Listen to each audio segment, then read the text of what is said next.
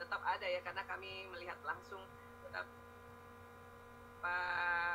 beratnya memang tenaga kesehatan di tempat di mana saja mungkin ya, untuk menangani pasien-pasien ya. Jadi tapi itu tadi nggak boleh terlalu sedih. Kalau terlalu sedih nanti nggak bisa kerja apa-apa. Bu ya, selalu positif. Semangat positif. Insya Allah. Masya Allah, karena Ibu sebagai garda terdepan juga ya Bu ya, keluarga jadi garda terdepan juga ya di dalam situasi saat ini. Ya seperti itu. Jadi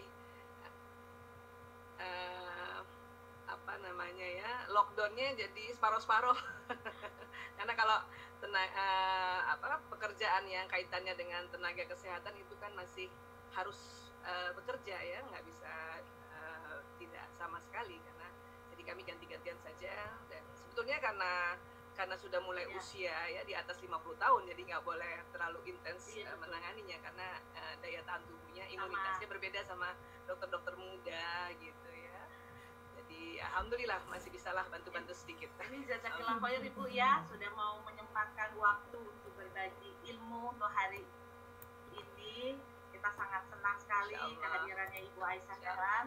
Semoga tema hari ini bermanfaat buat para sahabat Iqro dan hadirin sekalian dimanapun berada, insya Allah. Saya yang malah senang ini diundang oleh Iqro ya, Iqro Western Australia. Insya Allah kita tunggu kedatangannya Bu ya. Insya Allah. Amin ya Allah. Oke, baiklah Ibu Dr. Aisyah Dahlan, waktu dan tempat saya persilakan ya, Ibu untuk memberikan materi. Insya Allah waktu disediakan kurang lebih 50 menit sampai jam 11 waktu Australia Barat atau jam 10 ya waktu Jakarta. Dan nanti akan dilanjutkan. Ya, saya izin untuk waktu dan share screen boleh. Share screen silakan. Ya.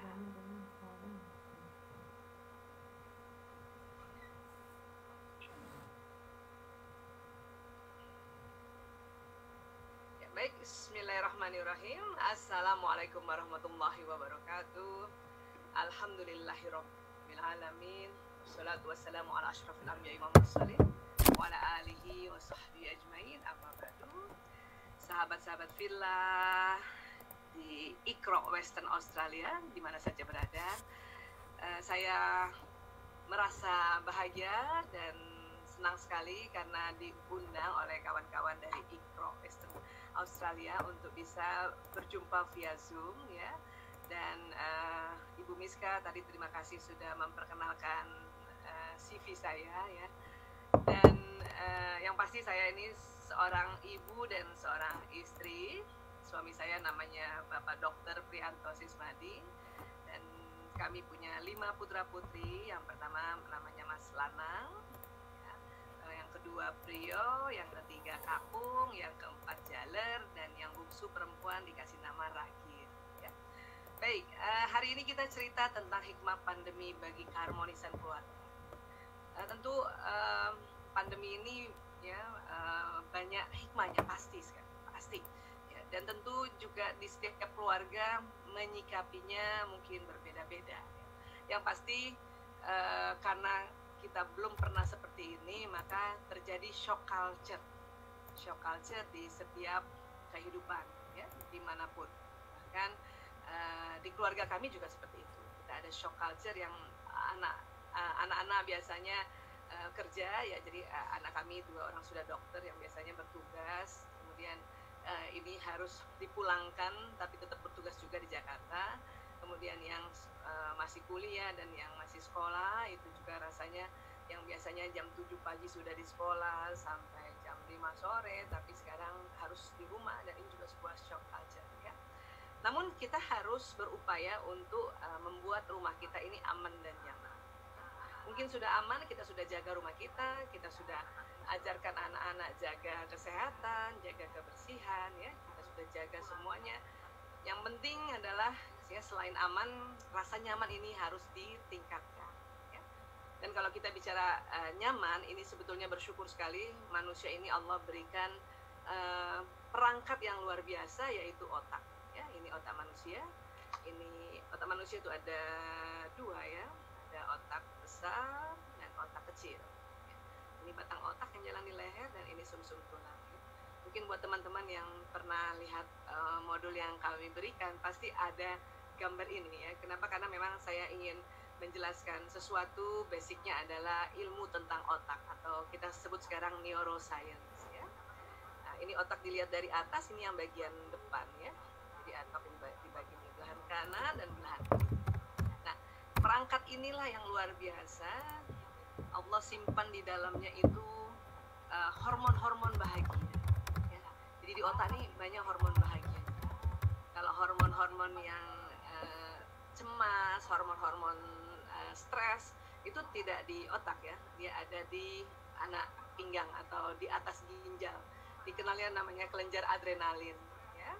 Tapi kalau hormon bahagia itu di otak ya. Walaupun nanti di otak juga Allah berikan otak emosi ya.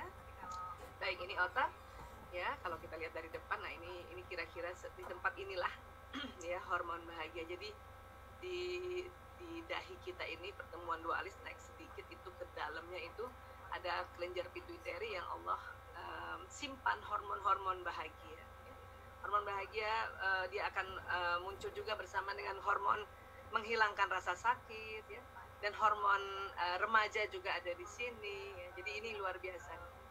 Mungkin itu juga salah satunya kenapa kita harus bersujud ya, karena di dalamnya itu ada kelenjar yang berisi hormon-hormon bahagia, hormon-hormon penghilang rasa sakit, dan hormon-hormon perkembangan ya.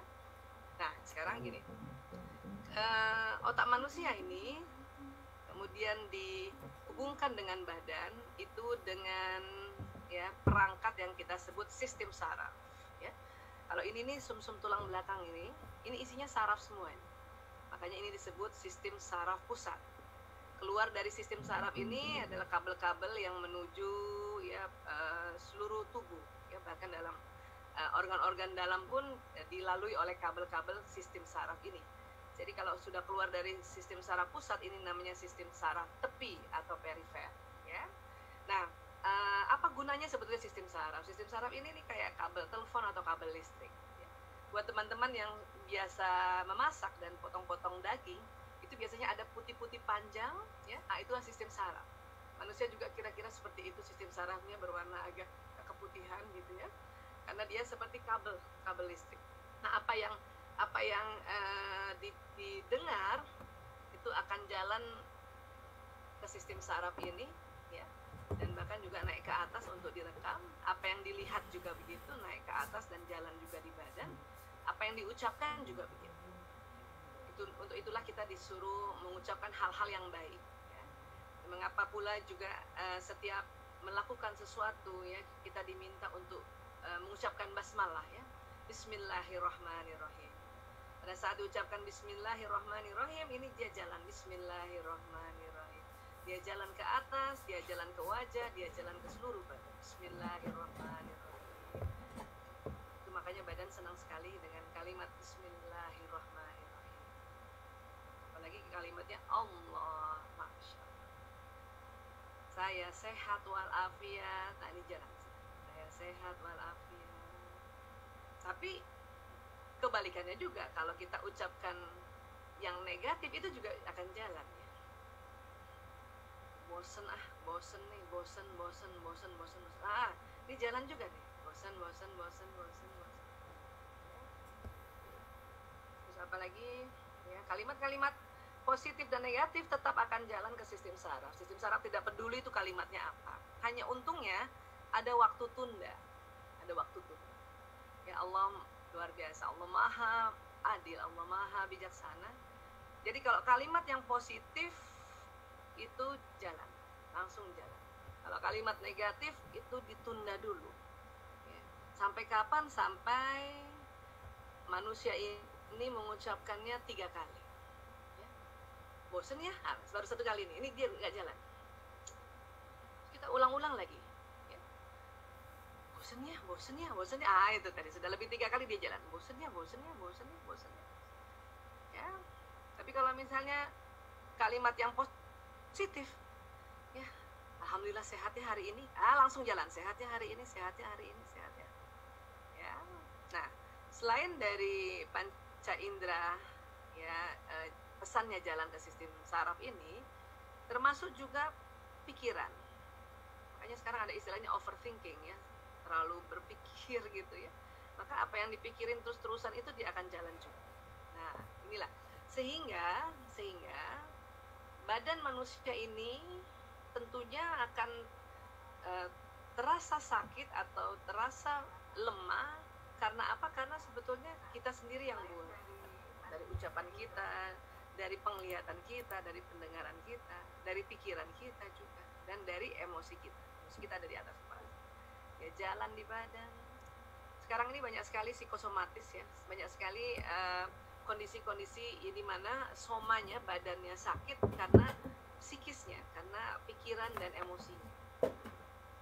Terlalu banyak lihat berita-berita yang buruk, itu juga berbahaya buat badan. Mendengar berita-berita yang buruk ya, itu juga berbahaya bagi badan ya. Psikosomatis ini sebetulnya penyakit yang kita rasakan, tetapi kalau nanti diperiksa secara fisik dan pemeriksaan laboratorium itu semuanya normal, semua dalam batas normal. Nah, itu sudah disebut psikosomatis ya. Nah, kemudian apa lagi yang bekerja di dalam tubuh kita ini, apalagi sekarang terasa karena itu tadi ya, shock culture ini yang tadinya biasa aktivitas di luar, kemudian kita dirumahkan dalam waktu yang cukup lama ya. Nah, ini apa yang terjadi sebenarnya di dalam tubuh itu tadi terjadi sebuah mekanisme yang kalau kita ucapkan buruk-buruk, dengar buruk-buruk, lihat yang buruk-buruk, terlalu dipikirkan yang buruk-buruk, maka dia nanti sakit ya. Apa sakitnya biasanya itu tadi paru-paru jadinya sesak, padahal dia tidak ada asmanya ya. Jantungnya berdebar di atas 100 kali, lambungnya mengeluarkan asam lambung sehingga terjadi mual-mual ya. Kemudian ususnya juga terjadi kontraksi ya. Ini akhirnya terjadi psikosomatis, pembuluh darahnya juga terhambat dan sebagainya ya. Baik, sebentar ya. Ya, baik. Nah, kemudian di dalam otak juga itu ada, Allah ciptakan otak emosi.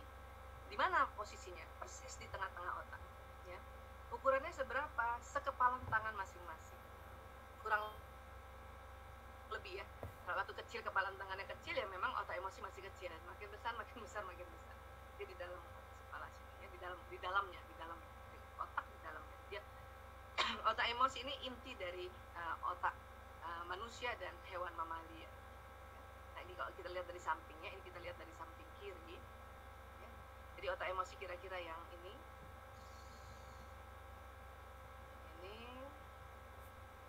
ya. Ini sering disebut otak mamalia ya, otak emosi. Manusia ini lengkap ya, dia ada otak mamalia dan ada otak reptil. Nah, ini batang otak reptil. Tadi kelenjar pituitari itu ini kelenjar yang persis di dahi kita nih, persis di pertemuan dua alis naik ke atas sedikit ini ya. Di sini kelenjar hormon bahagia dari sini. Oke. Nah, ini otak mamalia dan otak reptil. Jadi manusia ada otak mamalianya, ada otak reptilnya. Punya sifat mamalia dan punya sifat reptil ya. Nah, kemudian nanti yang membedakan apa ini, yang neokorteksnya ya, neokorteks manusia ini besar ya secara rasio perbandingan otak dengan tubuhnya ya. Tapi ukuran otak dewasa rata-rata antara 1,35 kilo dan 1,5. Kalau kita timbang atau ukur otak mamalia, sebenarnya yang paling besar itu gajah. Gajah otaknya bisa 5 kilo ya. Dan apalagi dolphin. Kalau kita 1,5, dolphin bisa 1,99, hampir 2 kilo. Ya. Lumba-lumba ya.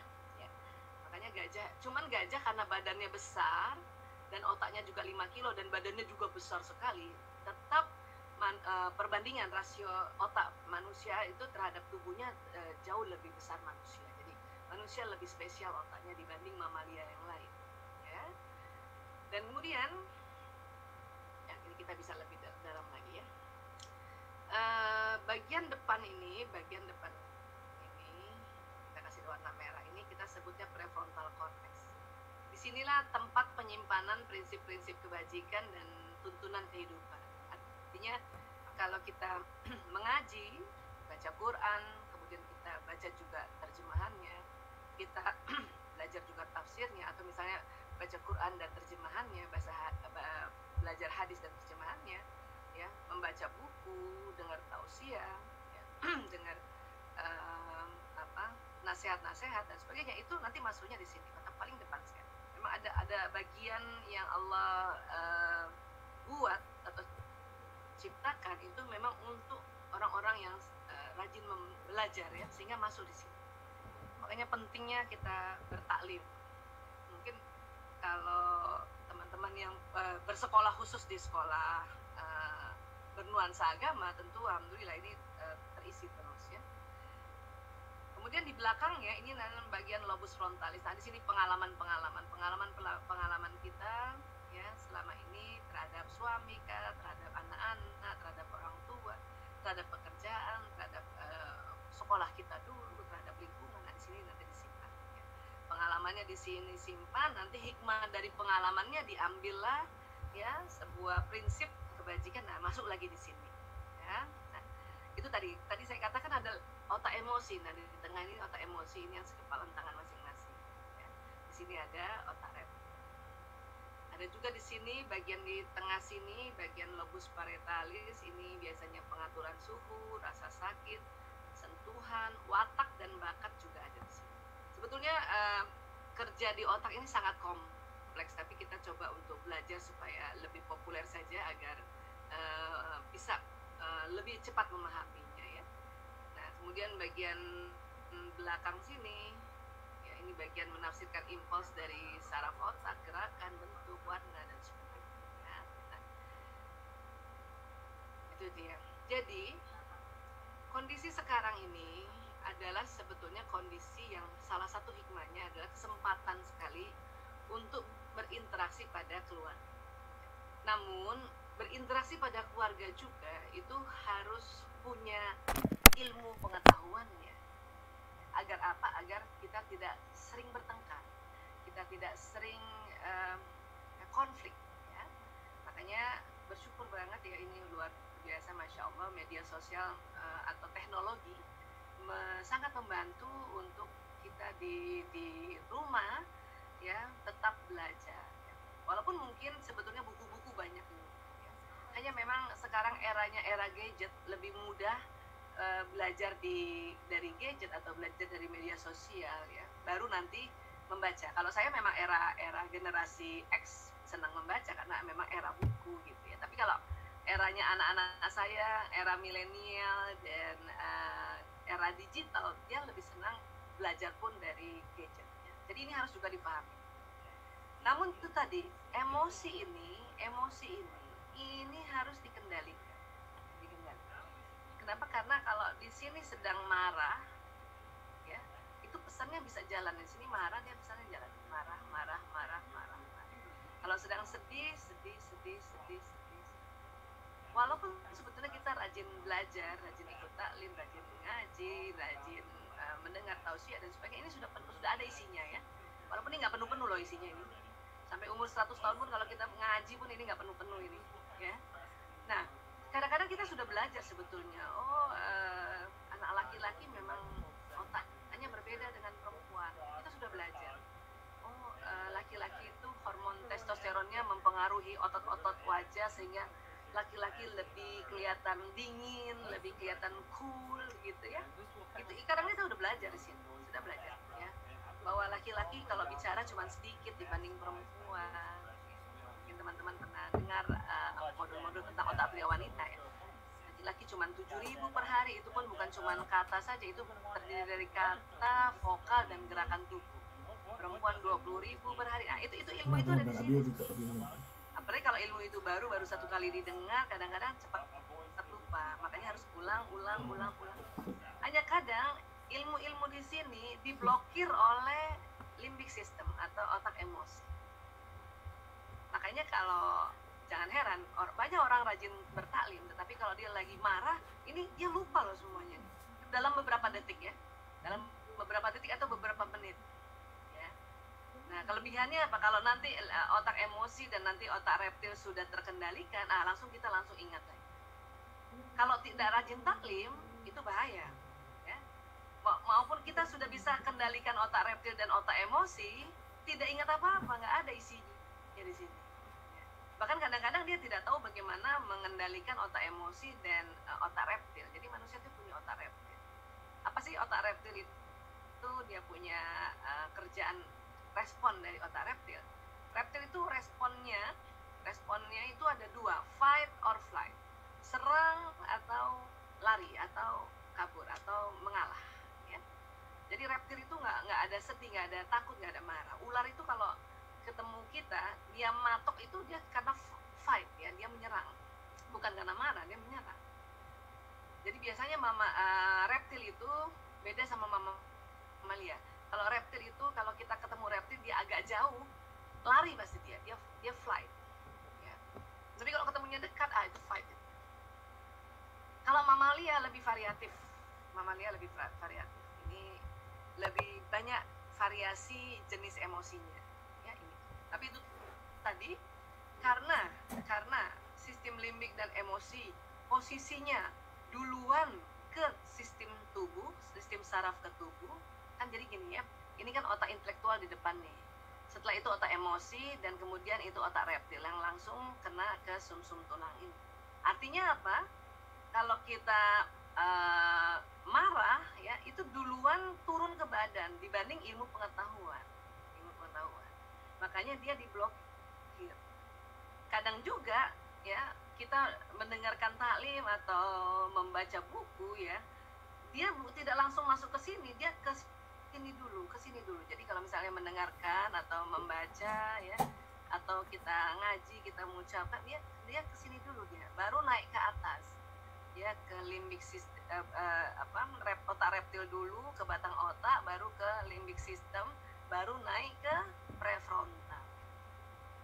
Itu juga kadang-kadang dalam satu kajian ya, materinya sama, pembicaranya sama, tetapi penangkapannya, daya tangkapnya masing-masing nanti beda. Berapa persen yang sampai ke sini? Kenapa? Karena ada melewati itu tadi ya, batang otak, lewati batang otak, dan kemudian otak limbik baru masuk ke sini. Jadi nggak semua. Makanya terkadang ya kajian itu perlu diulang-ulang. Kenapa? Karena pada pendengaran atau kajian yang pertama dia baru dapat 10%. Diulang lagi, baru dapat 20%. Diulang lagi, ya. Dan jangan heran kadang-kadang para narasumber dia sengaja kalimatnya ya sama supaya apa? Supaya terjadi repetisi. Sehingga pada saat repetisi sudah bisa masuk di situ. Oke. Sekarang kalau limbik system belum tertangani ya, atau batang otak yang di sini nih belum tertangani ya, maka itu tadi ya, seluruh emosi negatif akan jalan ke badan. Ini bahaya. Kondisi seperti ini jadi orang mudah tersinggung, sensitif, mudah fight or flight gitu ya. Makanya mudah membangkang, mudah ya, dikasih peraturan ini dia bangkang, kasih peraturan ini ya dia tidak mengikuti. Nah, ini memang terjadi saat ini. Nah, kemudian Allah ajarkan kita sebetulnya dalam surat Al-Baqarah ayat 155 Bismillahirrahmanirrahim. Dan sungguh kami akan menguji kalian dengan sedikit rasa takut dan rasa lapar, kekurangan harta, jiwa, dan buah-buahan. Dan berikan kabar gembira untuk orang-orang yang bersabar, yaitu orang-orang yang apabila ditimpa musibah mereka mengucapkan inna lillahi wa inna ilaihi raji'un. Sesungguhnya kami ini milik Allah dan sesungguhnya kami akan kembali kepada Allah. Jadi rupanya ini di kondisi yang sedang diuji oleh Allah ya. Kita ada rasa takut ya, ada rasa lapar loh, karena biasanya perekonomian berputar ini berhenti, sehingga dampak perekonomiannya terasa juga. Kekurangan harta ya, jiwa kita jadi kurang juga itu tadi, jadi mudah emosi yang negatif ya. Buah-buahan ini yang biasanya setiap hari beli buah, ini ada kendala-kendala, entah karena memang buah yang ada kurang atau ya. Nah, hanya di sini dikatakan berikan kabar gembira untuk orang-orang yang bersabar, yaitu orang-orang yang apabila ditimpa musibah mereka mengucapkan innalillahi wa inna ilaihi raji'un. Apa yang terjadi sebetulnya pada saat kita mengucapkan innalillahi wa inna ilaihi raji'un? Batang otak ini atau otak reptil yang di sini dan otak mamalia ya, ini langsung ya terkendali, terutama yang otak reptil. Kalau kita merasa seperti tadi ya, merasa ada musibah, innalillahi wa inna ilaihi raji'un. Dan kita dapat berita misalnya ya, rumah kakak atau rumah adik, rumah abang, rumah om dan sebagainya terbakar, itu kan kita langsung sedih sekali ya. Itu langsung katakan innalillahi wa inna ilaihi raji'un. Kenapa? Supaya ya batang otak di sini itu langsung terkendali. Kenapa? Kalau kita tidak ucapkan innalillahi wa inna ilaihi raji'un, batang otak ini itu kita langsung kalap. Mungkin kita akan datangi rumah kebakaran itu, kita fight gitu ya, padahal itu kan berbahaya ya. Atau bahkan kita tidak peduli, makanya diucapkan innalillahi wa inna ilaihi raji'un ya. Dan kemudian kalau nanti sudah terkendali yang batang otak, ini otak limbik sistem juga, pada saat kalimat innalillahi wa inna ilaihi raji'un itu juga mulai terkendali. Tadi saya katakan di otak mamalia atau sistem limbik dia lebih variasi jenis emosinya. Kalau reptil kan cuma 2, fight or flight. Kalau mamalia dia lebih variasi. Bahkan saya ambil dari satu sumber yang mengatakan 9 jenisnya. Ya. 6 ini dikatakan bernuansa energi negatif. 3 ini energi positif. Kenapa kita bikin emosi ini bentuknya level? Karena pada saat diteliti dengan menggunakan EEG, ya, elektroensefalogram, kondisi-kondisi emosi ini ternyata mempengaruhi ya, jalannya energi di otak dan di tubuh. Semakin ke bawah emosi ini semakin low bad atau semakin energi negatif.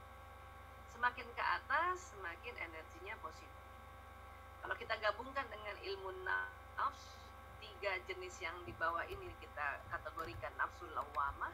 Nafsu lawamah itu nafsu yang berlara diri ya, self pity, gue mah cuma gini doang, gue gak ada apa-apanya, itu berarti sedang dilawamah ya.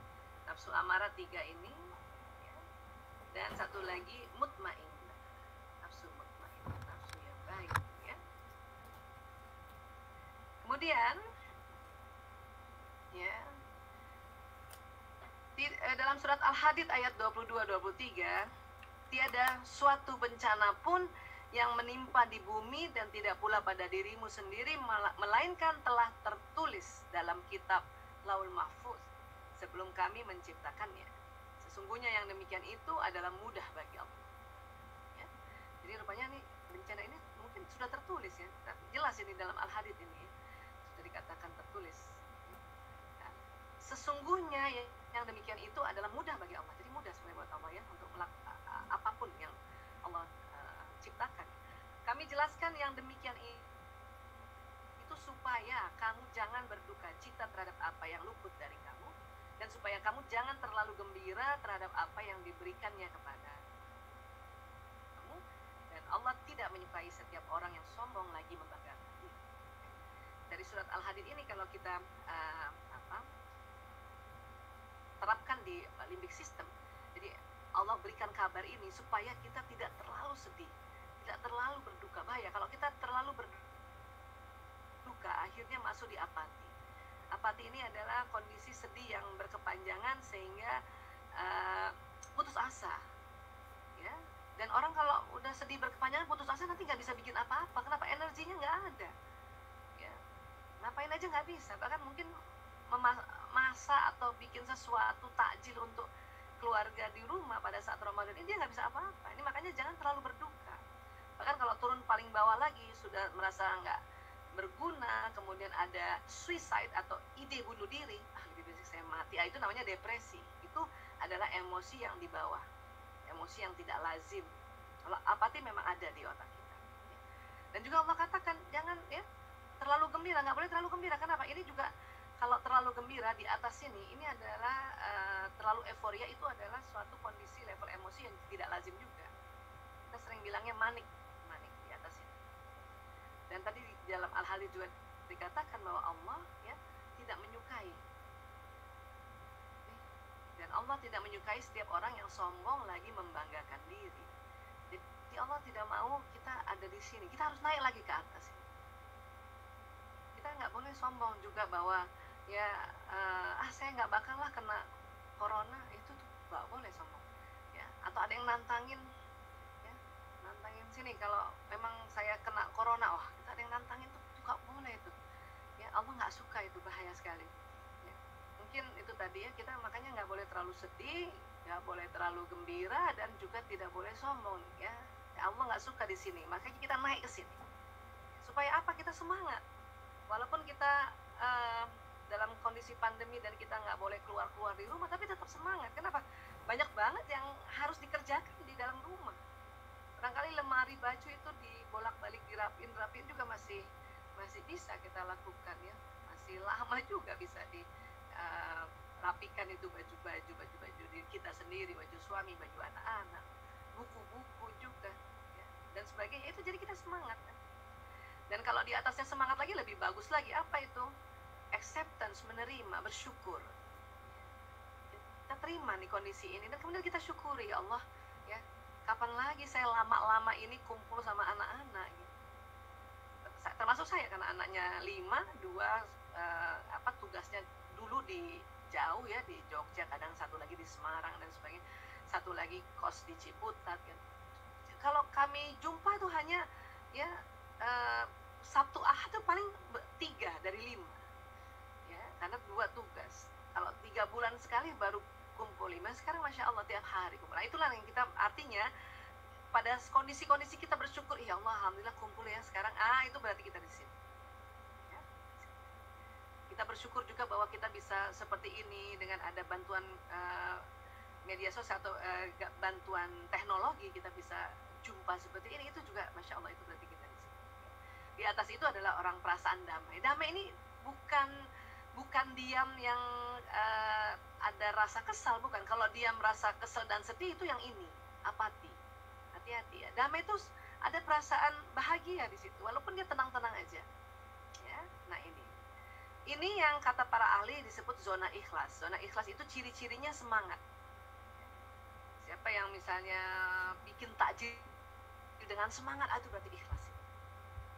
Siapa yang disuruh dirumahkan terus dia tetap bersyukur, itu berarti ikhlas ya. Nah ini dia. Nah, hanya memang ini kita selalu naik turun.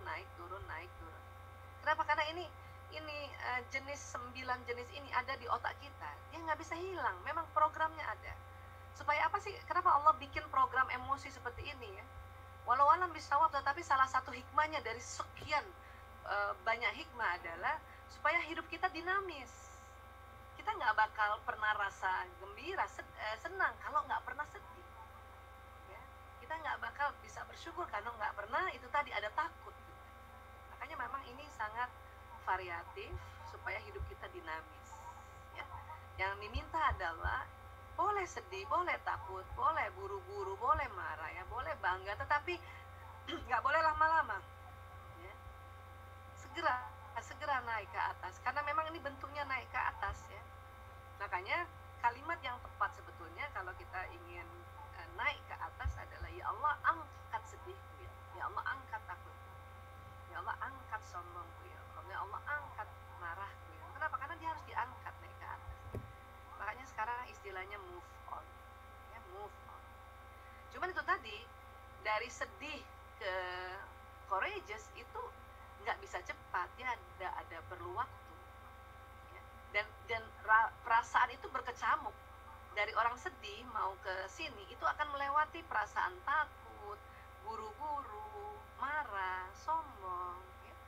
Baru naik ke sini. Jadi itu berkecamuk gitu. Nah, sehingga teman-teman seandainya lagi sedih, kemudian dinasehati ya, ayo istighfar, astagfirullahaladzim, itu tidak langsung ya, tidak langsung dari istighfar 1 kali kita merasa courageous, bukan begitu ya. Dia akan terasa perasaan yang berkecamuk, yaitu nanti ada rasa takut. Nah, tetapi itu berarti sudah naik. Makanya kita istighfar lagi, astagfirullahaladzim, ya Allah angkat takut ya Allah. Oh dia naik sini lagi, mau buru-buru, angkat ya buru-buruku ya Allah, marah dia ya. Astagfirullah. Jadi istighfar terus menerus sehingga nanti perasaannya akan sampai di perasaan yang gembira atau paling tidak semangat. Karena orang semangat ini pasti energinya sudah tinggi ya. kita akan merasa takut seperti ini ya. Kita takut nih, kita sedang sedih misalnya ya. Waktu apalagi di awal-awal itu, wah, ya rasanya sedih banget. Sedih, kemudian kita suruh tadi ucapkan innalillahi wa inna ilaihi rajiun, astagfirullahalazim, ya Allah astagfirullahalazim. Terus tiba-tiba ada perasaan takut ya. Apa takutnya? Aduh, sampai kapan ini ya kayak gini ya? Sampai kapan ini kondisi kayak gini nih? Terus kita istighfar lagi, astagfirullahalazim, astagfirullahalazim. Terus ada perasaan lelas atau buru-buru atau ada yang mengartikan rakus gitu ya, jadi mau buru-buru ya, harusnya jangan gini dong gitu kan, ayo cepat-cepat kita harus cepat tangani ini, itu ada buru-buru itu. Tapi seperti itu tuh bukan semangat. Nah, kalau semangat ini di sini buru-buru itu selalu ada perasaan takut dan marah ya. Makanya kita istighfar lagi kalau ada rasanya mau buru-buru ya, ada lelas gitu, istighfar lagi, astagfirullahaladzim, ya Allah astagfirullahaladzim. Terus tadi tiba-tiba naik marah ya. Ada orang seperti itu rasanya marah, apa akhirnya semua orang yang dimarahin atau semuanya dimarahin. Ini pasti konspirasi, ini kan pasti masalahnya. Mau konspirasi atau enggak, masalahnya coronanya sudah ada ya, penyakit COVID-19 nya sudah ada. Mau konspirasi mungkin itu nggak tahu, itu baru hipotesa saja kan, belum terbukti juga. Jangan marah, istighfar langsung, astagfirullahaladzim, astagfirullah. Nah, nanti naik ke sini dia. Belum tentu lah, kita nggak naik. Ayo kita keluar aja yuk. Makanya itu walaupun kondisinya lockdown atau kalau di Indonesia PSBB, di jalanan masih ramai saja. Kenapa? Ini ada perasaan ini, ada perasaan nggak apa-apa lah, kita nggak bakal kena, jalan-jalan aja. Ini bahaya. Ini harus istighfar lagi, astagfirullahaladzim, astagfirullahaladzim, sehingga nanti naik di sini. Bahkan naik di sini. Bahkan orang yang damai itu dia menerima peraturan-peraturan ya, mau konspirasi atau enggak, itu udah bukan masalah itu yang kita pikirkan. Kondisi saat ini COVID-nya sudah ada, COVID-19-nya udah ada, coronanya sudah ada. Saya lihat sendiri, sahabat-sahabat saya berjatuhan, perawat-perawat kami di rumah sakit kami berjatuhan. Ini harus tahu bahwa kondisi ini memang membuat kita suka dari sini turun lagi ke marah, naik lagi ke sini turun lagi ke sedih. Wah ini ya, makanya istighfar itu ya adalah cara yang Allah ajarkan pada Rasulullah dan Rasulullah ajarkan pada kita untuk kita bisa move on. Keimanan kita sering naik turun. Kenapa? Karena ada emosi ini. Dan otak emosi ini dia di tengah otak. Bahayanya apa kalau memang emosi selalu turun dan nggak naik-naik? Bahaya. Kalau kita takut kondisi ini gimana ya, ekonomi gimana, takut nggak naik nih, nggak segera istighfar. Bahayanya apa? Nanti kita lupa kalau Allah maha pemberi rezeki, kalau Allah maha kaya, kalau kita terus-terusan di level emosi yang negatif. Tapi ini karena ada di otak kita, ini juga lazim, wajar. Yang Allah minta adalah cepat-cepat naik ke atas ya. Cara gampang sekali ya. Sudah diajarkan istighfar untuk di emosi negatif ini, itu paling cepat naik ke atas. Kenapa? Karena dalam istighfar itu terjadi pertukaran respirasi antara karbon dioksida dan oksigen. Maka istighfarnya harus dilafazkan, astagfirullahaladzim. Dia bukan disirkan. Kalau disirkan ya, istighfarnya memang jalan di badan, tetapi karbon dioksida dan oksigen pertukarannya ini tidak ada. Makanya harus dilafazkan, astagfirullahaladzim, ya Allah, astagfirullahaladzim, astagfirullahaladzim. Dan kemudian kita bisa ya merasakan perasaan ini dia naik ke atas. Kalimat thayyibah yang lain bagaimana? Ya, kalau kalimat thayyibah yang lain seperti hamdalah, alhamdulillah, ya, itu mungkin setelah kita rasa di sini ya. Kenapa? Alhamdulillah dengan astaghfirullah, itu huruf jaharnya lebih banyak astaghfirullah. Kenapa? Karena huruf jahar itu pada saat kita istighfar, huruf jahar dilafazkan, itu karbon dioksida keluar. Astaghfirullah. Karena huruf jaharnya banyak dan karbon dioksida banyak dikeluarkan, oksigen yang ditarik di hidung juga lebih banyak. Kalau alhamdulillah, nah itu huruf jaharnya cuma 4 gitu.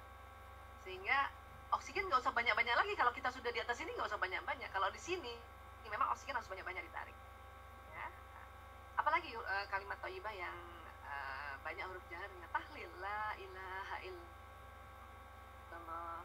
Kita sambil istighfar sambil bertahlil, la ilaha illallah, la ilaha illallah.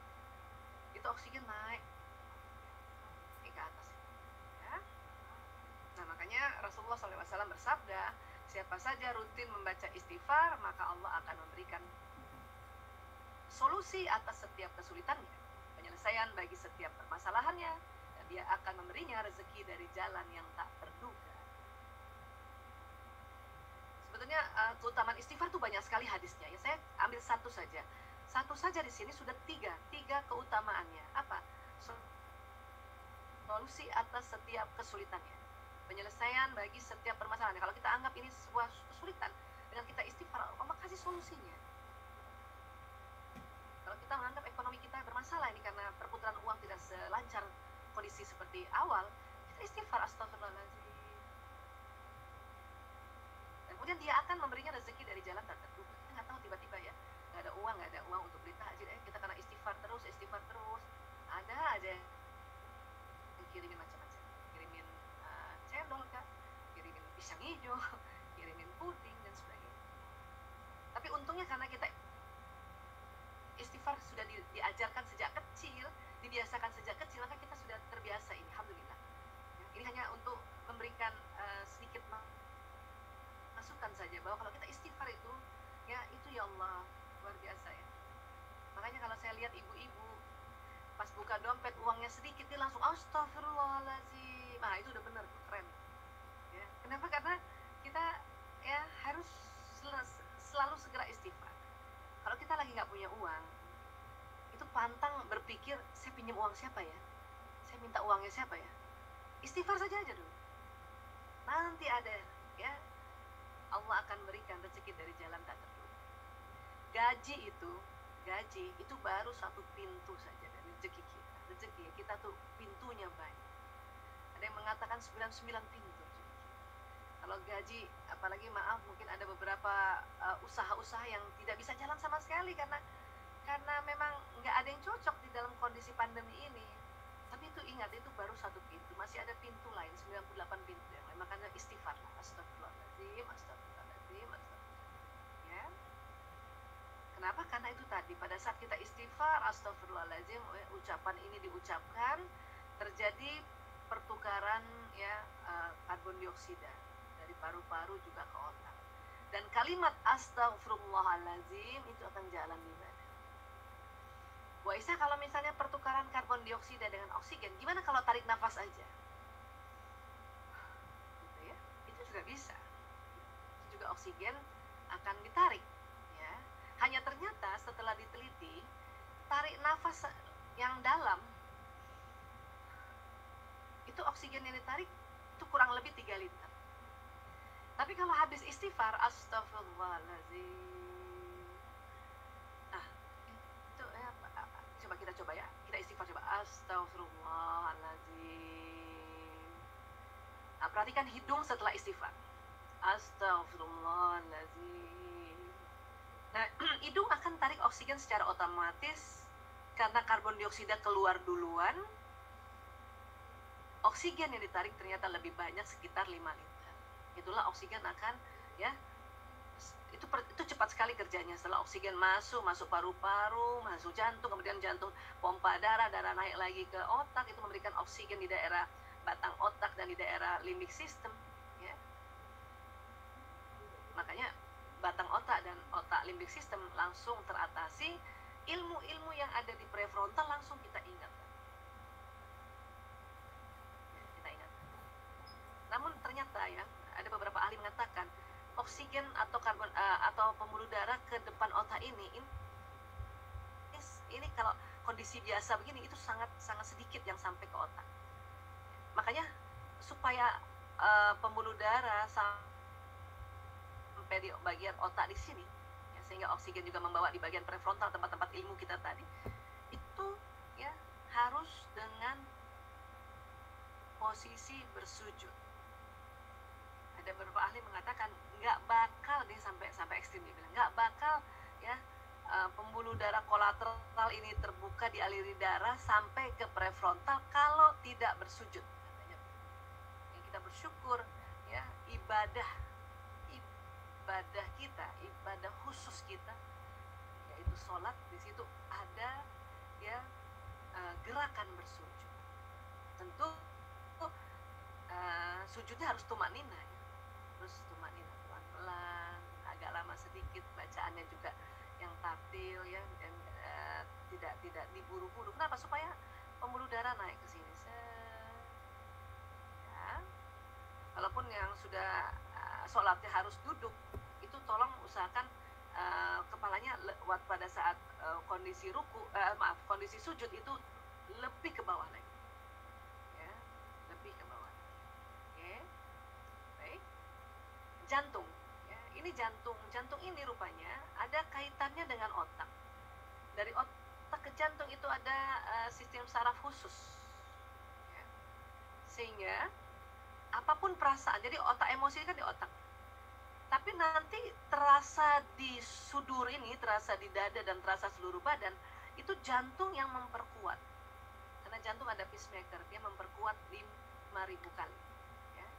Jadi kalau sedih, otak kita sedih, jalan dulu ke jantung, ya, sedih itu diperkuat 5.000 kali oleh jantung, baru jalan ke seluruh tubuh. Terutama itu tadi bagian dada lah yang terutama nomor 1 duluan merasakan, ya.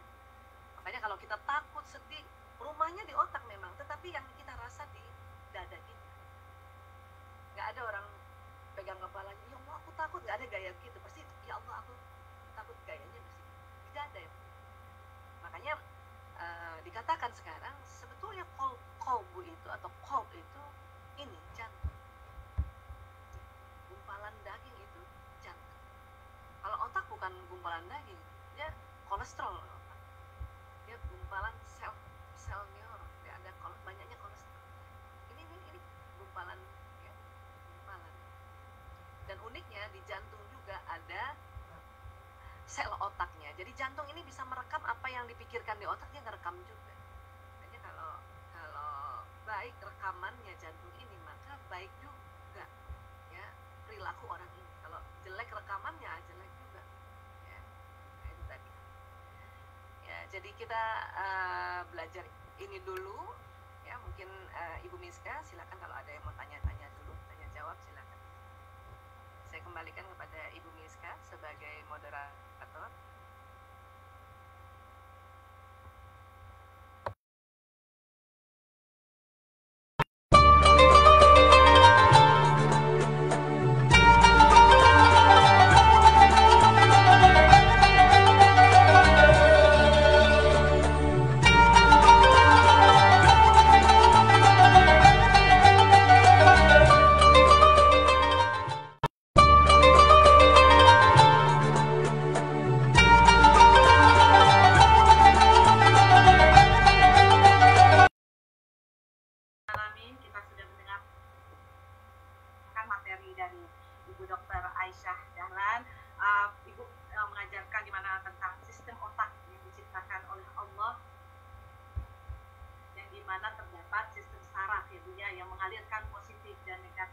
Sehingga itu menentukan kondisi kita sendiri, Bu, ya. Masya Allah, ini ada beberapa pertanyaan dari, kita bacakan ya Bu ya, pertanyaan yang sudah menulis di komen. Ibu langsung menjawab saja satu persatu pertanyaannya. Yang pertama ada dari dengan Dianda Vita Abi ini. Assalamualaikum Bu Aisyah, bagaimana mengatasi dan memanage emosi terutama di bulan Ramadan ketika sedang PMS untuk perempuan? Ya, baik. Mengatasi emosi di bulan Ramadan, ya. Iya Bu, benar Bu. Gimana ya, Bu? Iya Nesu. Pada intinya karena tadi diajarkan ya, kita disuruh istighfar saja. Jadi mau kapan saja, mau di bulan Ramadan kah, di Syawal kah, di kapan pun, teknik istighfar ini luar biasa. Tapi itu tadi harus dilafazkan. Astagfirullahaladzim, supaya oksigen naik ke atas dan pelan-pelan dari astagfirullahaladzim.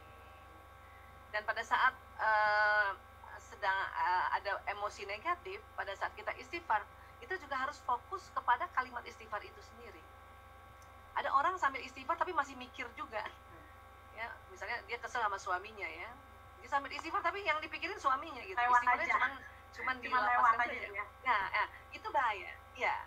Kenapa? Karena pada saat kita sedang sedih atau sedang marah atau emosinya negatif, itu memori atau simpanan pengalaman yang di lobus frontalis.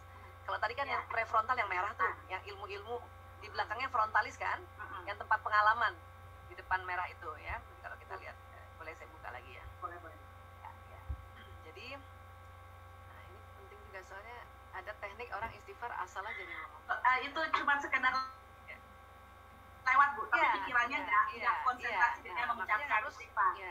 Nah ini di frontalis ini memori pengalaman baik yang buruk, yang menyenangkan, yang sedih gimana ya, ini di frontalis ini ya. Pada saat emosi ini kita kesel atau marah atau sedih ya, ini bisa ya menstimulasi pengalaman yang di frontalis. Tapi uniknya kalau kita lagi emosi negatif, yang terstimulasi itu memori yang negatif ya. Kesel misalnya sama suami ya, hanya gara-gara misalnya ya dia pulang ke rumah, dia assalamualaikum, kita jawab, kita senyum, dia nggak balas gitu. Itu nanti karena kesel di sini itu terakses memori-memori lama ya, emang dari dulu dia kayak gini ya, nggak pernah dia senyum sama aku, di semuanya dia inget lagi ulang-ulang. Nah ini ya, makanya kalau kita lagi emosi negatif itu pantang nginget-nginget, makanya disuruh berzikir itu supaya ya lafaznya lafaz zikir dan juga pikirannya pikiran zikir, agar ini yang di frontalis ini kita nggak inget sama sekali yang negatif karena kita sudah fokus di istighfarnya itu.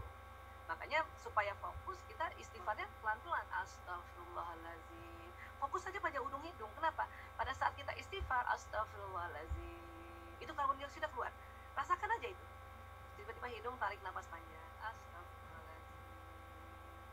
Nah fokus pada ya tarik nafas di hidung, nah itu yang namanya konsentrasi ya. Dan kita fokus pada artinya juga ya, karena nanti dia akan jalan di badan. Nah, uniknya kalau ini sudah naik levelnya ke level yang courageous atau level menerima, tetap kita ingat, lama-lama ingat pengalaman yang baik-baik, bahkan kita bisa ingat ilmu yang di sini. Tapi ketawa sendiri deh.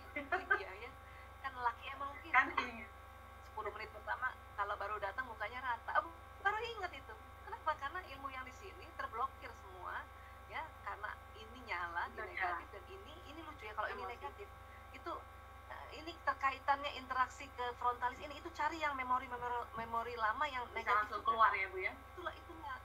Iya, itu kerja otak. Makanya pada saat kita kesel sama seseorang, kalau kita inget terus keselnya, maka yang di sini yang terakses, kalau kita pakai bahasa teknologi ya, terakses memori yang negatif. Tambah parah yang di sini. Dan buat apa gitu? Nanti apalagi sekarang gitu kondisi kan? Sekarang. Apalagi sekarang kita kondisi sekarang yang hampir barangkali sebulan, sudah lebih dari sebulan bersama-sama gitu. Ya. Kalau saya masih ada, suami saya masih ada bertugas karena dia harus cek rumah sakit. Ya. Iya, masih ada tugas, dia masih harus kontrol rumah sakit gitu ya. Tapi kalau yang saya kebayang ibu-ibu yang barengan terus 24 jam. Benar Bu. Yang work from home. Itu tadi. Walaupun Walaupun udah rajin taklim, kadang ini lupa nih, nggak nyala yang di sini atau nggak terakses. Yang terakses yang di sini nih, frontalis nih. Nanti semuanya kita merepet lagi, ya. Ini nggak pernah senyum, emang dari dulu nggak pernah senyum, sebetulnya disekat sama sebetulnya gitu. Nanti ke bawah-bawah nanti terus kita ingat lagi bapaknya dia, bapaknya emang nggak pernah senyum. Kenapa bawa bapaknya? Jadi terus ya keluar. Itu tadi ya. Makanya istighfarlah, fokus pada ya tarik nafas di hidung ini ya, dan artinya itu supaya nggak rasa kita ini udah naik level emosinya ya, akhirnya sampai di acceptance, menerima, baru tuh kita ingat lagi, oh iya kan dia orangnya baik banget sebetulnya. Gitulah kira-kira ya. Oke, terima kasih. Itu ada pertanyaan udah dijawab oleh Ibu. Dan ini ada pertanyaan kedua dari Assalamualaikum Bu Aisyah. Waalaikumsalam warahmatullahi wabarakatuh ya. Mau tanya tentang emosi. Apakah faktor emosi itu ada hubungannya dengan umur kah? Misalnya seperti banyak orang bilang, Mak, sudah mulai jadi emosian, labil emosinya. Terus kemudian apakah tingkatan dalam mengelola emosi? Nah, ini pertanyaan dari Ibu siapa? Punten? Ibu siapa? Bu Miska? Ibu Ike Hermawan. Ibu Ike di mana posisinya? Oh, di Bandung. Sampai Bandung juga ini ya. Bandung. Ya, ini insya Allah ditonton seluruh Indonesia juga ya, dan Ya, Australia insya Allah. Ya, baik. Ya, itu. Apakah emosi berkaitan dengan umur berkelanjutan? Ya, tentu saja. Ya, kenapa? Satu, ada penyakit-penyakit kronis yang juga mungkin penyakit bawaan yang membuat ya oksigen atau darah untuk ke atas sini dia terhambat, ya. Hipertensi misalnya, hipertensi, apalagi hipertensi yang tidak terkontrol atau dia tidak kontrol makan minumnya dan tidak minum obat dan sebagainya, itu pembuluh darahnya itu ya terjadi kekakuan, sehingga kadang-kadang pompa dari jantung ya melewati pembuluh darah itu dia nggak sampai ke sini, nggak sampai. Ini kan batang otak nih yang ungu nih ya, yang ungu nih reptil nih. Nah yang ini nih yang melengkung di dalam ini kuning merah dan sebagainya itu kayak yang emosi tuh nggak sampai ke situ ya. Nah kemudian ada lagi karena diabetes mellitus misalnya ya, itu juga membuat metabolisme itu ada gangguannya ya. Nah, kemudian kalau perempuan ini ada pengaruhnya pada pramenstruasi sindrom ya, dan pada saat dia masih produktif ya. Nah kalau sudah mulai mau 45 ke atas itu ada namanya pramenopause, sebelum menuju menopause ya. Pada saat perempuan-perempuan pramenopause 45 tahun ke atas ya, ini terjadi kadar estrogen progesteron kan mulai berkurang, telur udah mulai habis. Yang bikin gembira tuh estrogen sebetulnya. Nah karena udah mulai berkurang, mulailah hormon bahagianya berkurang di tubuh ini yang mengalir di pembuluh darah, sehingga itu tadi emosi di sini mudah terstimulasi. Jadi kalau buat kita teman-teman yang wanita yang sudah mulai 45, 47, 48 sampai mungkin 50 ya, 51 mungkin kalau menopause-nya itu sadarilah bahwa itu sedang terjadi perubahan siklus dari kehidupan kita, di mana telur sudah mulai habis, hormon perempuan kita mulai berkurang. Kalau tahu dan sadar itu mengurangi. Artinya apa? Yang biasanya istighfarnya 10 kali ini jadi 20 kali. Kita kencengin istighfarnya itu. Saya saja pernah rasa ini ya, di atas 45 sampai 5. Sekarang saya sudah 52 ya. Itu terasa sekali ya.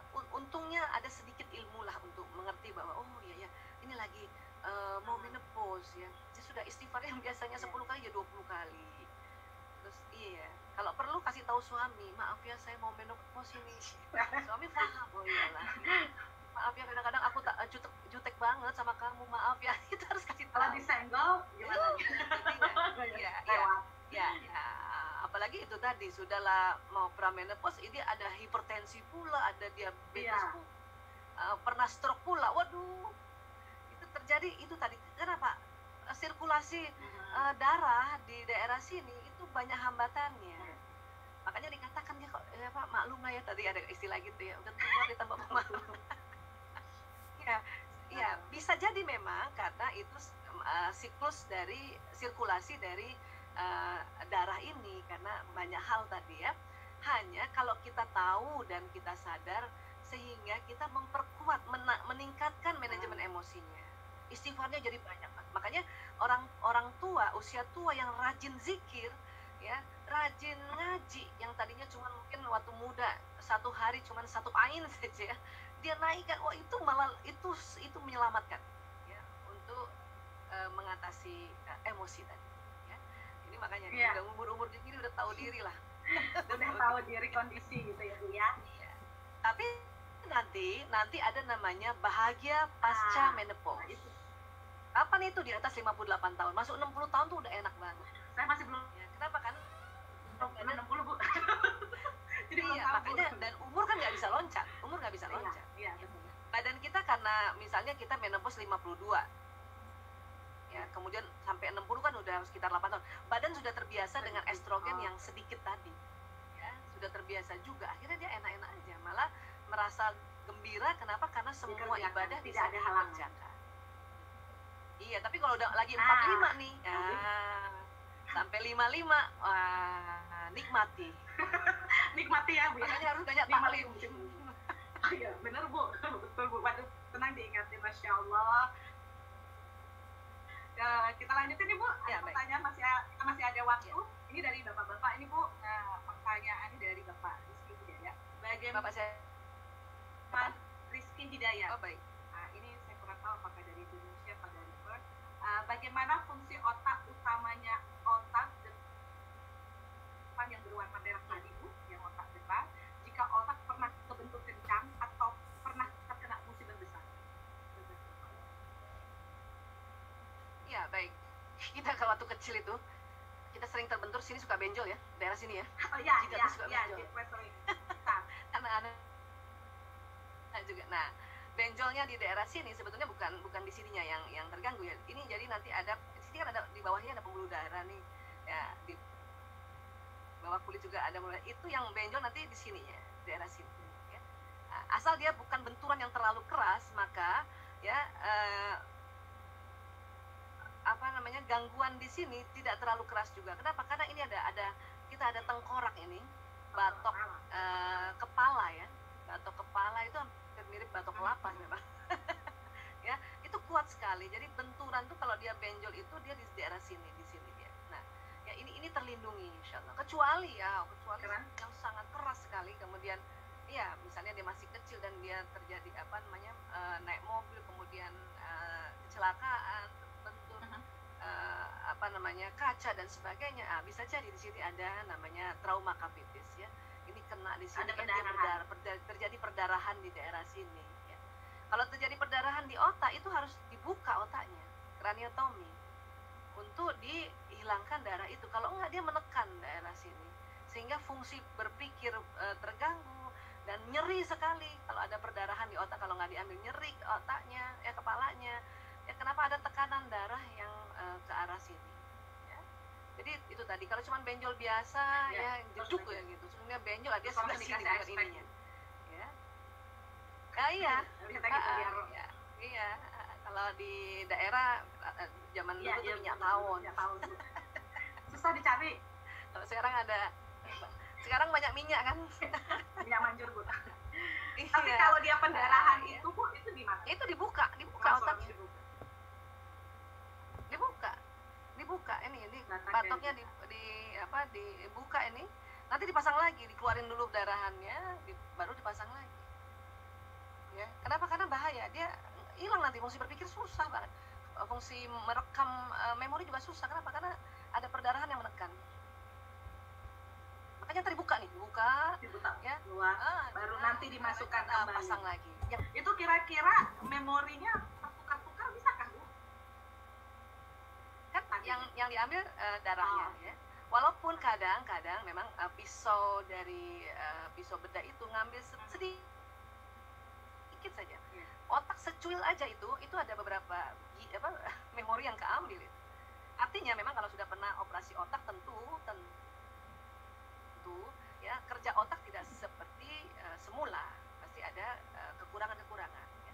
Makanya orang habis operasi otak itu nggak boleh terlalu banyak gerak atau naik jet coaster.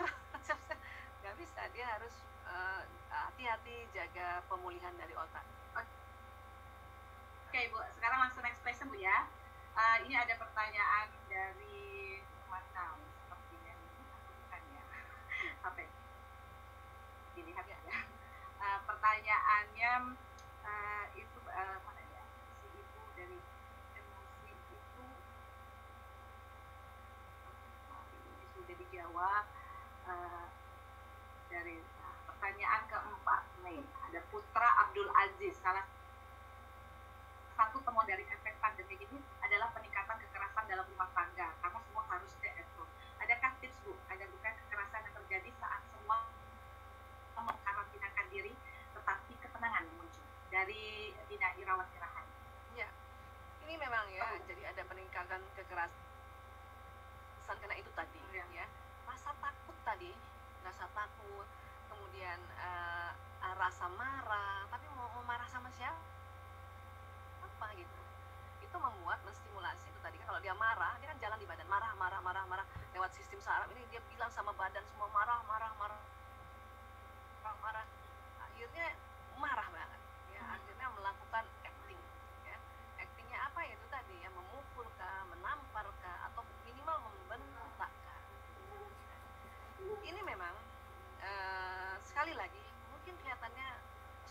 solusinya sangat klasik ya, tapi inilah yang betul-betul harus kita lakukan. Apalagi kalau memang kita mengaku sebagai orang Islam.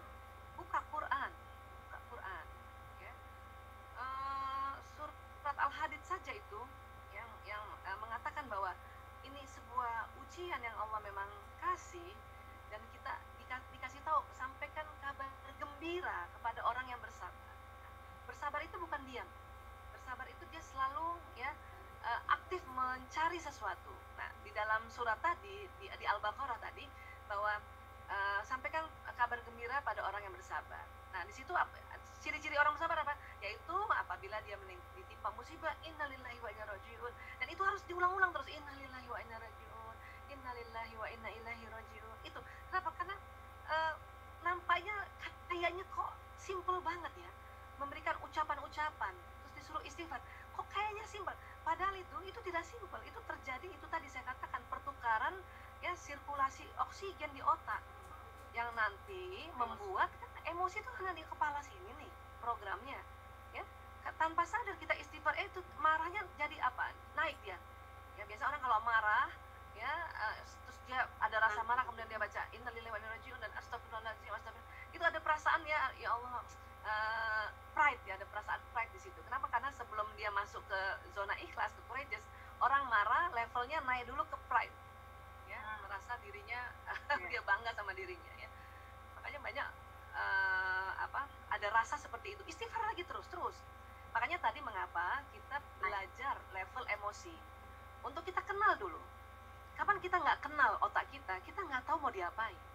Walaupun ya Allah sudah ajarkan kita, tentu lewat Rasulullah SAW ya, cara-cara ya. Kadang kita nggak usah belajar otak, tapi pakai aja cara itu selamat loh. Nah, hanya memang karena ada penelitian sekarang tentang otak ya, tentunya akan berbeda ya. Orang yang punya ilmu dia akan naik derajatnya. Derajat apa? Derajat kesabaran, derajat kefahamannya ya. Nah itu tadi, makanya ajaran Islam itu kerennya apa? Sejak kecil udah diajarin kita, pokoknya lu pakai aja dulu ya. Sama kayak teknologi kan, kita nggak tahu cara dia kerjanya gimana teknologi ini, pakai aja dulu kan gitu. Tapi ada sebagian orang yang ingin meningkatkan ilmunya, gimana sih cara pakainya ya, teknologi Zoom ini gimana lah ya ini gitu ya. Nah itu tentu jauh dia naik derajatnya. Sama kayak kita, nggak semua orang bertaklim, nggak semua orang belajar juga tentang otak. Walaupun tadi kadang-kadang orang bilang kok cuma suruh istighfar dong, ya emang iya. Kenapa? Kayak itu disuruh ya. Iya, itu yang disuruh. Kenapa? Karena kalau kita istighfar dengan tepat, itu terjadi mekanisme yang luar biasa di otak kita ya. Gampang banget kan sebetulnya, gampang, orang gampang kok. Yang nyuruh siapa? Yang nyuruh Allah. Iya, Allah lah yang ciptakan kita, dia yang suruh, pakai gitu. Sekali-sekali ya kita belajar bahwa kayak gini udah ada rule-nya, Allah udah mengasih petunjuk. Iya, kasih lah, cuman kita diminta oleh Allah juga belajar. Kenapa tidak? Itu tadi bagi kaum yang berpikir ya, itu belajar. Ilmuwan ini kan orang-orang yang berpikir, kemudian ditunjang dengan adanya teknologi, peralatan yang tahu di otak kerjanya kayak gini. Iya, jadi kayak gitu ya. Baik, istighfar lagi ada. Oh, berarti perbanyak istighfarnya yang benar. Tidak boleh lewat aja Bu ya. Diam. Diam ya, jadi ada teknik yang lebih aman ya, namanya 3M. M pertama mengaku. Ya Allah, saya marah sekali. Ya Allah, saya kesal sekali sama suami saya. Ya Allah, itu mengaku. Apa keuntungan mengaku? Keuntungan mengaku itu agar sistem otot tubuh kita itu tidak mencengkram sistem saraf dan pembuluh darah. Sehingga pada saat nanti mau tarik oksigen, dia jalannya gampang. Makanya teknik yang gampang untuk otot tidak mencengkram pembuluh darah. Misalnya ini pembuluh darah ya. Pembuluh darah, arteri, vena, pembuluh saraf, kemudian ada lagi pembuluh energi dalam tubuh manusia namanya meridian. Ini kan 4 ini sama satu lagi limfe, 5 ini dia jalan di antara otot. Katakanlah ini otot. Dia jalan. Kalau kita sedang emosi negatif, dia tegang begini. Nah, kalau dia tegang begini, darah pun, oksigen pun susah juga naik ke atas. Sistem saraf pun susah juga membawa kalimat-kalimat baik ke badan kita. Ya. Nah, makanya harus mengaku, ya Allah, saya kesel banget sama anak saya. Atau seorang suami, ya Allah, saya marah banget sama istri saya nih, males banget Ramadannya, cuma tidur aja misalnya gitu ya. Nah, pada saat dia mengaku ini rileks, ini rileks, otot langsung rileks, sehingga pembuluh darah itu lancar. M kedua, mengangkat. Ya Allah, angkat marahku. Ya Allah, angkat sedihku. Ya Allah, angkat takutku. Ya Allah, angkat sombongku. Nah, disinilah masuk mekanisme ya, innalillahi wa inna rajiun. Astagfirullahaladzim, astagfirullahaladzim, astagfirullah. Nah, itu jadi dia M kedua. M ketiga, kalau kita sudah mulai enakan perasaannya, meminta. Jadi maunya apa? Ya Allah, saya mohon ya Allah, suamiku faham tentang aku ya Allah. Nah gitu. Ya Allah, saya mohon anakku ya Allah, pada saat dibangunkan dia langsung bangun ya Allah, gitu. Itu M yang ketiga, yaitu meminta. Jadi 3 M ya, mengaku, mengangkat dan meminta. Mengaku, mengangkat dan meminta. Ya. Kenapa begitu? Karena itu tadi ya, ini kan sistem saraf nih. Sistem saraf ini sering terjepit. Walaupun kita suka ya sudah bilang ya, saya semakin baik sama anak-anak, saya semakin baik, kan seharusnya jalan ya. Iya, betul. Kalimat itu kan jalan, karena ini kan kayak kabel telepon atau kabel listrik ya. Nah, cuman karena dia tegang, dia memencet ini, dipencet, jadi nggak jalan dia. Ya. Mau bilang saya ibu bijaksana, itu susah. Kenapa? Dia kepencet ini. Karena otot ini. Makanya teknik paling gampang mengaku, ya Allah saya kesel banget sama anakku ya.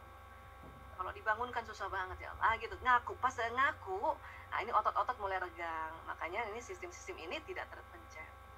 Dan pada saat kita astagfirullahaladzim, kita bersihkan ya, kita delete semua nih yang kesalahan-kesalahan di kabel-kabel ini. Ya, nah baru M ketiga, meminta. Ya Allah, saya mohon ya Allah. Ya, saya ibu bijaksana ya Allah, saya ibu bijaksana ya Allah, saya ibu bijaksana. Nah, dia jalan di badan. Nanti badan ini akan mengikuti kata-kata. Ucapkan terus menerus. Iya. Tapi itu tadi kalau misalnya kita langsung mengucapkan dan otot ini masih tegang, ini susah, jalannya susah. Makanya ada cara yang efektif itu 3M. Ya, kalau itu bisa dipakai dan sangat gampang sekali. Insya Allah bisa dipraktekkan. Ya, ini EEG ini alat ini yang ya, elektroensefalograf ini yang tahu bahwa kalau lagi sedih energinya turun. Kalau lagi marah energinya ya sekian, 75 ya joule gitu. Kalau lagi bahagia tuh sudah rata-rata di atas 200. Tapi yang paling bahagia itu ternyata yang bikin orang enak itu adalah apabila energi kita antara 700 sampai 1000 joule, itu apa coba? Ya, kondisi pencerahan. Ya, kita seperti kalau habis taklim, kemudian kita dengarkan nasihat dari guru-guru kita siapa aja, kita langsung gitu, itu namanya pencerahan. Itu bikin hormon di otak ini dia sangat keluar dengan lancar. Ya, itu energi yang paling baik. Makanya mengapa harus rajin taklim? Karena di dalam kita belajar ya, taklim kah atau kita pergi seminar kah atau baca buku, terus kita mendapatkan pencerahan di situ. Gitu tuh. Itu berarti energi kita naik ke atas. Itu yang bikin kita sehat insya Allah. Amin, insya Allah. Walaupun misalnya ya udah taklim nih, masih habis jam 10 nih, udah taklim ya, udah bagus nih, energi naik, tiba-tiba sore turun lagi, itu lazim juga. Kenapa dia turun? Kenapa? Dia baru dengar berita ya bahwa misalnya ya PSBB-nya dilanjutkan sampai Lebaran, jadi nggak bisa mudik. Jadi emosinya turun lagi, ya nggak apa-apa juga, naikkannya dengan istighfar lagi, astagfirullahaladzim, astagfirullah. Memang begitu, simpelnya tuh emang begitu. Hanya kalau sudah kenal itu insya Allah itu tadi makin cerah. Oke, terima kasih. Otak kita di emosi positif dia memberikan vibrasi pancaran ke sekeliling kita, masya Allah. Oke. Sekarang kita lanjut ke, ada pertanyaan lagi Bu yang masuk? Boleh. Kita masih ada waktu nih Bu ya. Ini dari Mbak Umu Sabrina First. Siapa? Dari Umu Sabrina dari First. Apakah ada hubungannya nih antara rasa lapar dengan mood seseorang? Kok saya sering lihat, terutama laki-laki kalau lagi puasa suka galak-galak, apalagi kalau di hujan. Iya, betul sekali. Betul ya. Kenapa? Karena pusat lapar itu juga di otak tengah tadi, di limbic system. Ada di daerah sini namanya hipotalamus. Ya. Di daerah sini nih. Dia kena dengan otak emosi, hipotalamus. Nah, laki-laki hipotalamusnya 2,5 kali lebih lebar dari perempuan. Artinya laki-laki lebih cepat lapar dan haus. Hanya kan kalau di dalam Ramadan ini, supaya hipotalamus terkendali, itulah makanya disuruh berniat. Kenapa kalau kita berniat, apa yang diucapkan kita ya, saya niat ya puasa Ramadan lillahi ta'ala, dia naik ke atas ini, dia itu nanti menekan hipotalamus. Coba deh rasakan deh, kita di dalam Ramadan karena kita berniat, apalagi niatnya lebih agak malam ya, malam habis tarawih berniat, kemudian pas habis sahur lagi berniat. Makanya kenapa di dalam Ramadan niatnya itu nggak boleh habis fajar ya, harus sebelumnya. Kalau puasa sunnah itu masih bisa kita niat setelah terbit fajar. Nah, supaya apa? Supaya hipotalamus di otak sini ditekan. Ya. Ini kita kalau misalnya nggak Ramadan karena kita nggak pernah niat saum pada saat di luar Ramadan dan bukan saum sunnah, itu cepet lapar loh. Jam-jam segini udah lapar, udah haus. Tapi karena kita tekan, artinya begini. Tolong ibu-ibu juga memahami, kita semua ibu-ibu memahami kalau masih punya anak kecil, anak laki-laki kecil atau anak laki-laki remaja dan sekarang sedang saum dan sekarang juga ada di rumah, tentu ada stresornya jadi lebih banyak.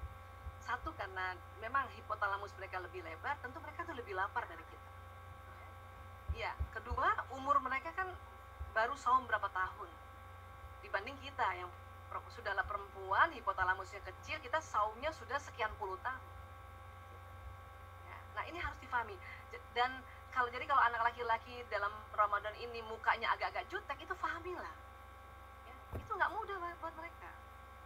Bahkan di luar saum Ramadan atau di luar saum sunnah, itu ada pepatah begini, pantang nasihati anak laki-laki dalam keadaan perut kosong.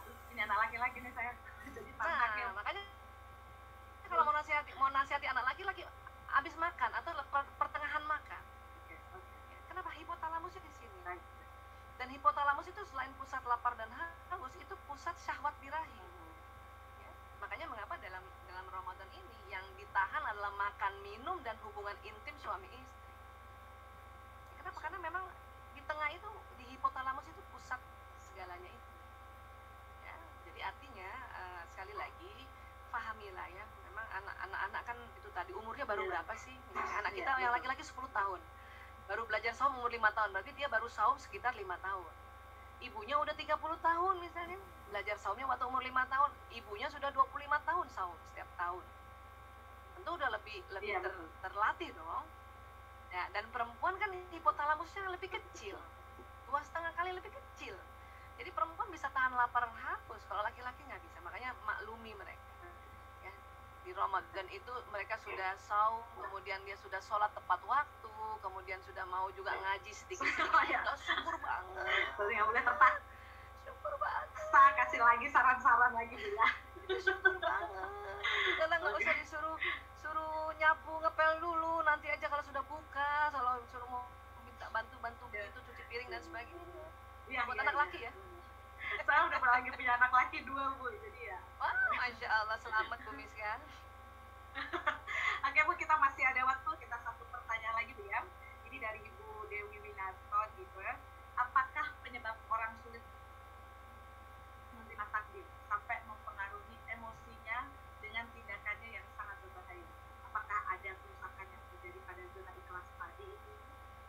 Ya, nomor 1 sebetulnya, orang yang sulit menerima takdir itu orang yang jarang baca Quran. Terus tiap hari kita baca Quran,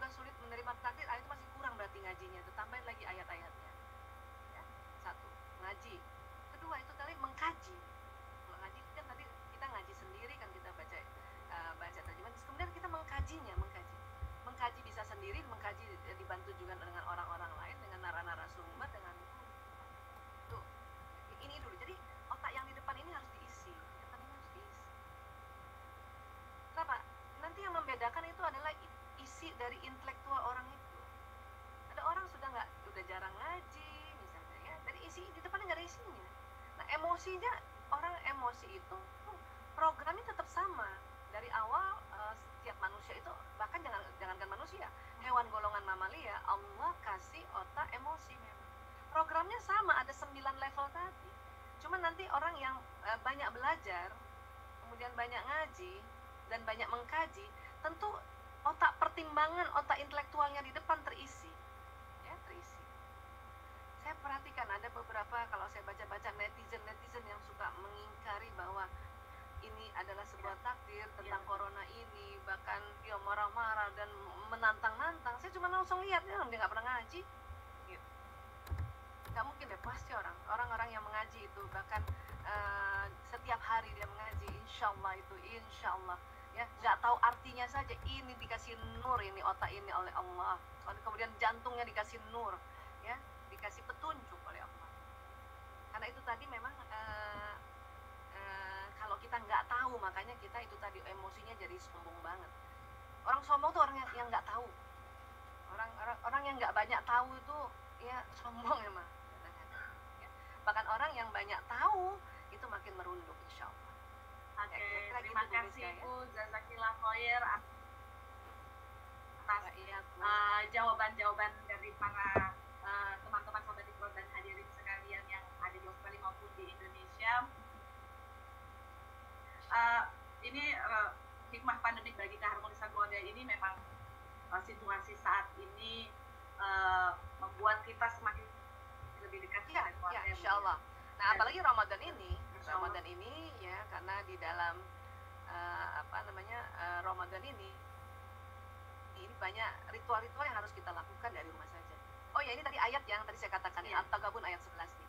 Ya. Tidak ada suatu musibah pun yang menimpa orang kecuali dengan izin Allah. Dan barang siapa yang beriman kepada Allah, niscaya dia akan memberi petunjuk kepada qalbunya, dan Allah Maha mengetahui segala sesuatu. Ini dia saya katakan. Ya. Ini ilmu ini kan harus masuk di otak prefrontal kita, bahwa musibah itu izin Allah. Ya. Dan kalau kita beriman, ya, itu tadi saya katakan, Allah akan memberikan petunjuk di jantung tadi, di qalbu tadi. Kalau qalbu sudah dapat petunjuk, otomatis otak juga dapat petunjuk. Gitu. Ya. Dan Allah Maha mengetahui segala sesuatu. Ini kalimat Maha mengetahui segala. Kita nggak tahu ke depannya, Allah tapi tahu. Ini apakah konspirasi atau enggak, kita nggak tahu. Tapi Allah Maha mengetahui segala sesuatu. Ya, artinya kita minta petunjuk dari Allah. Terima kasih sekali Ibu Dahlan. Mohon maaf ini sepertinya waktu kita terbatas Bu ya. Tapi insya Allah nanti Ibu Aisyah mengunjungi Kota Perth memberikan kajian kepada kita juga insya Allah. Dan kepada sahabat Iqra dan para hadirin yang dirahmati oleh Allah, mohon maaf atas ketersediaan waktu kita untuk membacakan komen pertanyaan, mungkin insya Allah di lain kesempatan. Dan Ibu Aisyah mungkin bisa mohon ketersediaannya kita membaca doa terlebih dahulu sebelum saya silahkan Ibu. Masya Allah, jazakumullah khairan katsiran, ini dikasih kesempatan untuk memimpin doa ya. Teman, sebelum kita berdoa ada satu slide saya ingin kasih ya. Oke, silakan Ibu. Ya, ini badan manusia ya. Saya sering juga di modul-modul saya kasih gambar ini.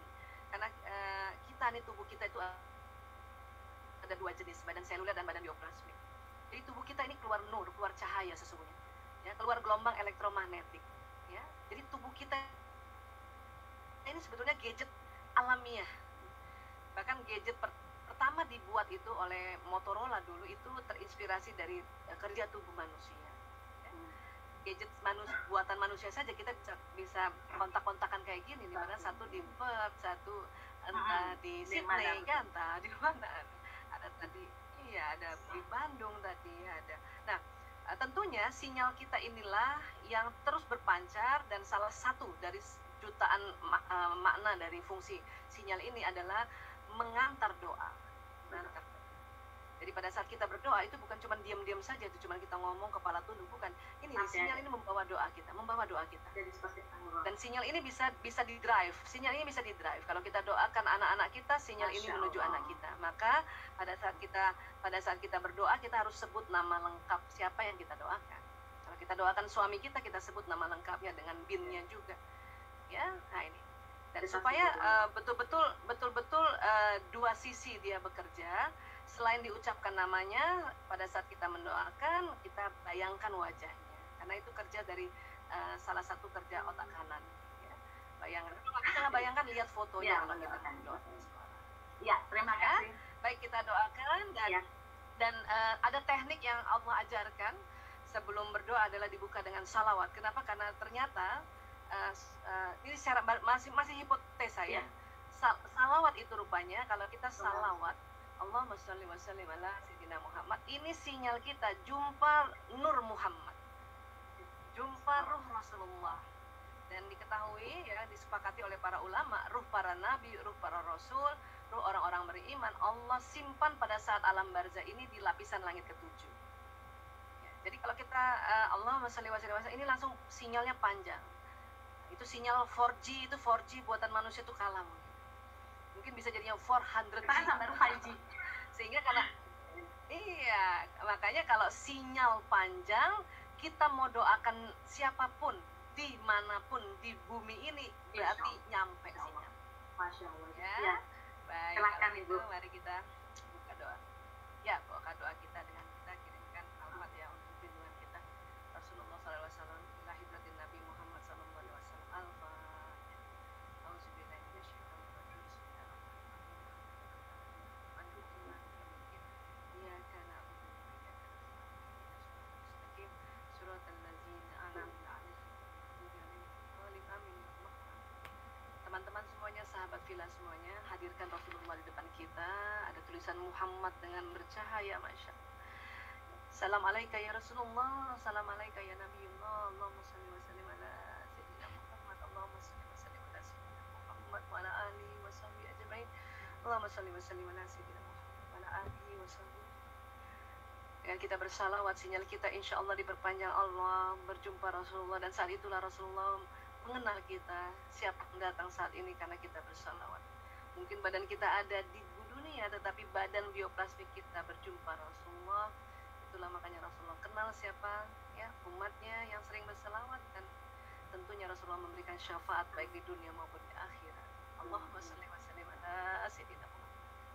Teman-teman sahabat Villa, ya, hadirkan wajah kedua orang tua kita karena ridho fi ridho walidain.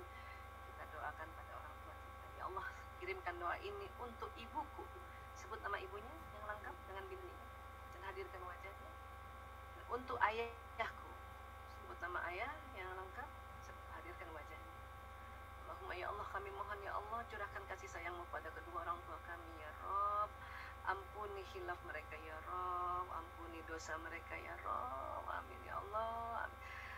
Allahumma ya Allah, maafkan kami ya Allah karena terlalu sibuk bekerja, terlalu sibuk mengurus rumah tangga sendiri. Kami jarang datang berjumpa dengan orang tua kami padahal mereka masih hidup ya Rob.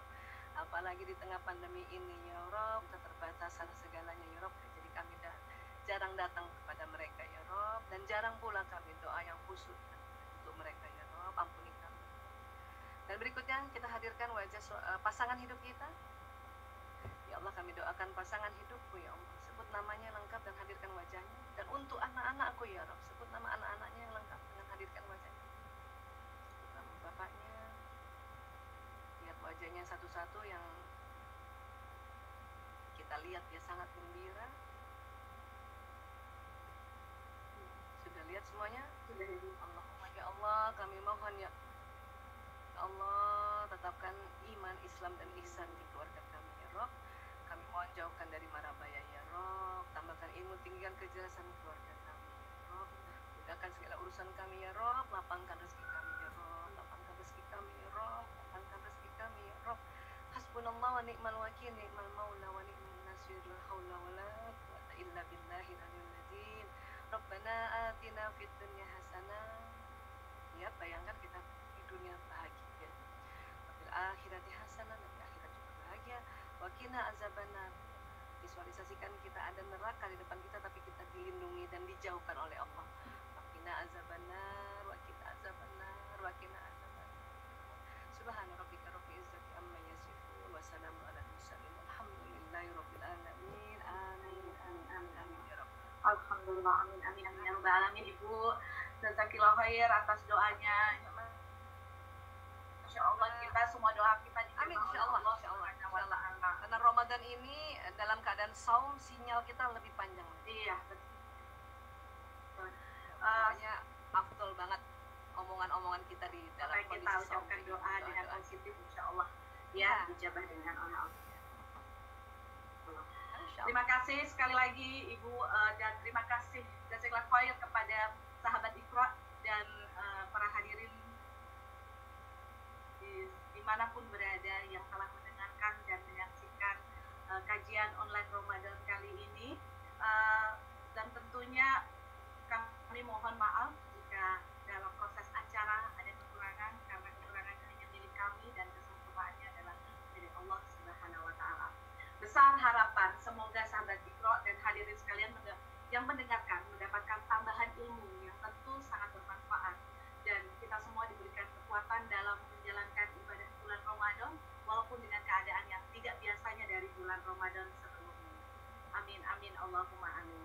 Kepada sahabat Iqra dimanapun berada, sebelum kita tutup kajian Ramadan kali ini, saya memberikan info lagi Bu. Ini karena Iqra di dalam bulan Ramadan banyak juga kajian-kajian selanjutnya. Jadi di hari Minggu tanggal 3 Mei sampai dan 10 Mei di jam 2 ada Ustadz Salim Afila insya Allah, dan Dr. Saiful Bahri. Kemudian Sabtu 16 Mei dan 23 Mei di jam 10.30 sampai jam 12.30 bersama Brother Jihad Haukar dan Ustadz Muhammad Salim Zain. Insya Allah kajian Iqra selanjutnya dapat memberikan kebaikan dan manfaat buat kita semua. Terima kasih kepada semuanya. Semoga diingatkan sekali lagi biar otak kita selalu positif ya, dengan membacakan lafal istighfar, kemudian mengisi kajian-kajian, terus kemudian mengaji. Jangan lupa mengaji agar selalu terpenuhi positif, aliran-aliran yang positif daripada itu.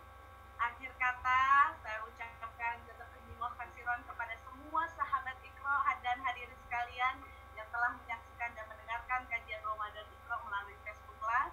Dan marilah kita membaca hamdalah alhamdulillahirabbil al-istighfar astaghfirullahalazim dan doa kafaratul majlis. Subhanaka Allahumma wa bihamdika asyhadu an la ilaha illa anta astaghfiruka wa atubu ilaihi. Saya Miska, wabillahi taufiq wal hidayah. Wassalamualaikum warahmatullahi wabarakatuh. Waalaikumsalam warahmatullahi wabarakatuh. Thank